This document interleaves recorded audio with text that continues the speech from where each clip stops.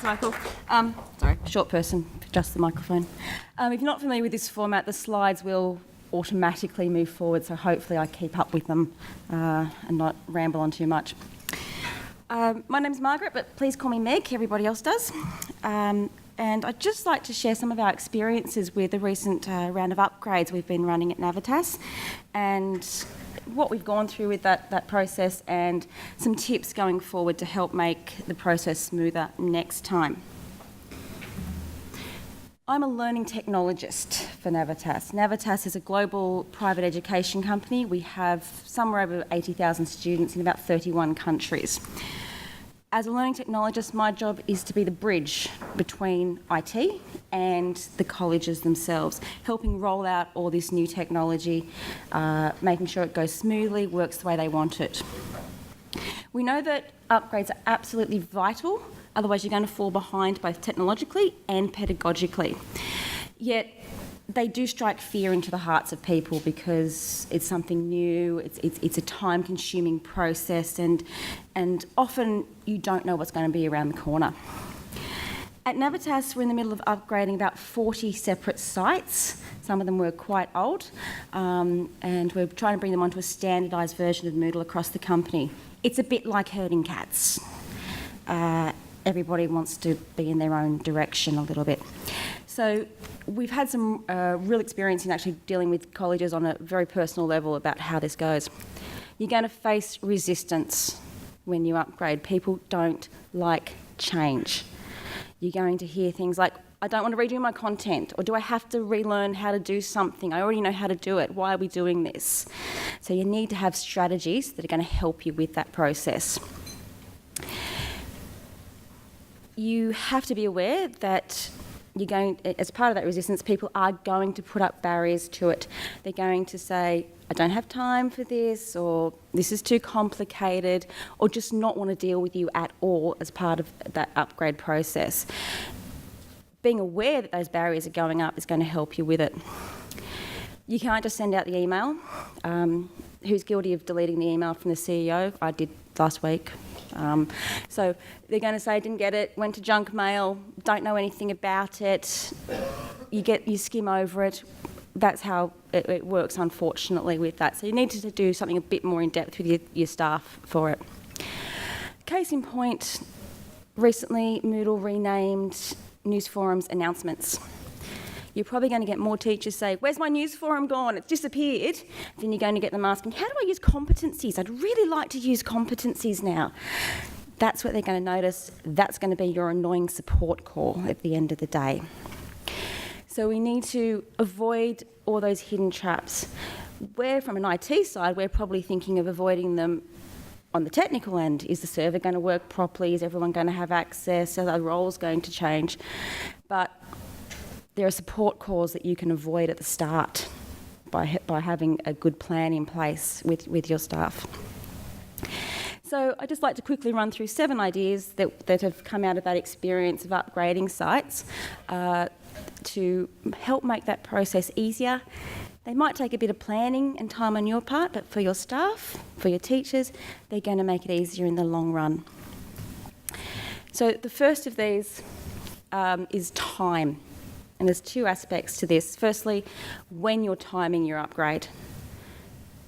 We had a lot of pushback because, we can't do it orientation week. That's the worst week of the year. Can't do it orientation week, which we thought would be good because it's the week before classes start. So it didn't work. So you need to talk to your staff and make sure it's time to suit them. While we're talking about time, think about time on the long scale as well. What is your long-term plan? Are you going to do an upgrade every November, every year? Are you going to upgrade every time there's a new Moodle release? Are you going to stick with the long-term support releases? Just let them know when they can expect upgrades to be happening in the future. Also, make sure you know what's new in each release as well, so that you can have a list there of going, here's all the wonderful new features you're going to be able to play with. Drag and drop questions were a great example for us. They went down really, really well. So being able to tell teachers, hey, here's this new feature you can use in your quizzes, helped make people a little more excited about the process. While you're at it, check out all the wonderful new plugins that are out there, or perhaps look at some new LTI technologies. See if there's something else you can put into your Moodle site, using Moodle as your starting point, so that it can make it a better educational tool. As an example, if you haven't checked out H5P, go there now. It is awesome.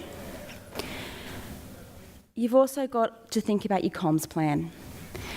Not just what you're saying and when, but who you're saying it to. You're going to have to make sure that you're giving plenty of advance notice, but a lot of your staff aren't technical people, so don't make your notifications too technical. And coming back to the point about the long-term plan, you need to be transparent about your plans. Let them know that you're working on this, or that look, we've had a bit of a glitch, but we're working on it, or that we're on testing phase, or we're actually going to get something nice and brand new for you. The clearer you are, the less scared people are going to be about this new technology. You're going to have people in your organisation who jump on technology the moment it's released. First person to get the Fitbit. Take advantage of these people. Get them involved in your testing process if you have a test site.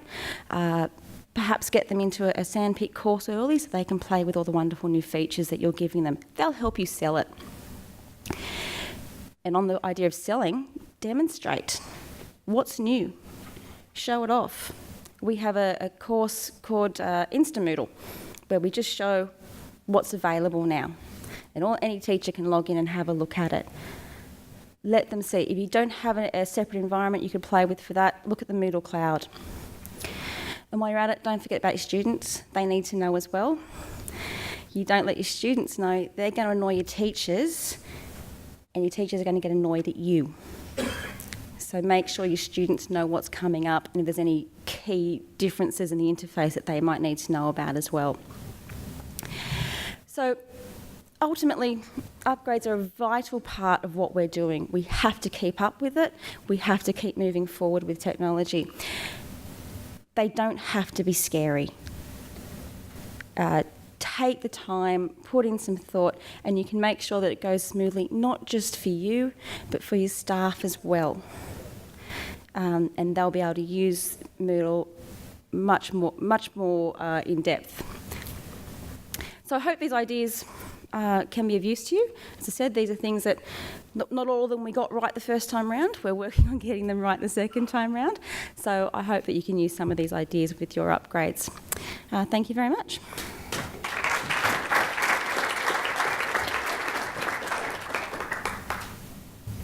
Questions? We're taking questions? Yep. Yep.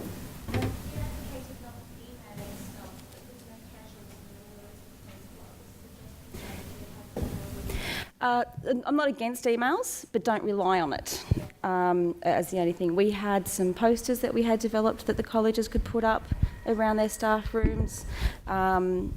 We also suggested that if they do, perhaps there might be some weekly notices that go out or something like that, so make it a part of that as well. The key with emails is not to bombard people. Don't have 20 million emails about this, because that'll get ignored as well. So just make sure that they're carefully considered as to, is it too much, or could we put this as part of something else? Other questions?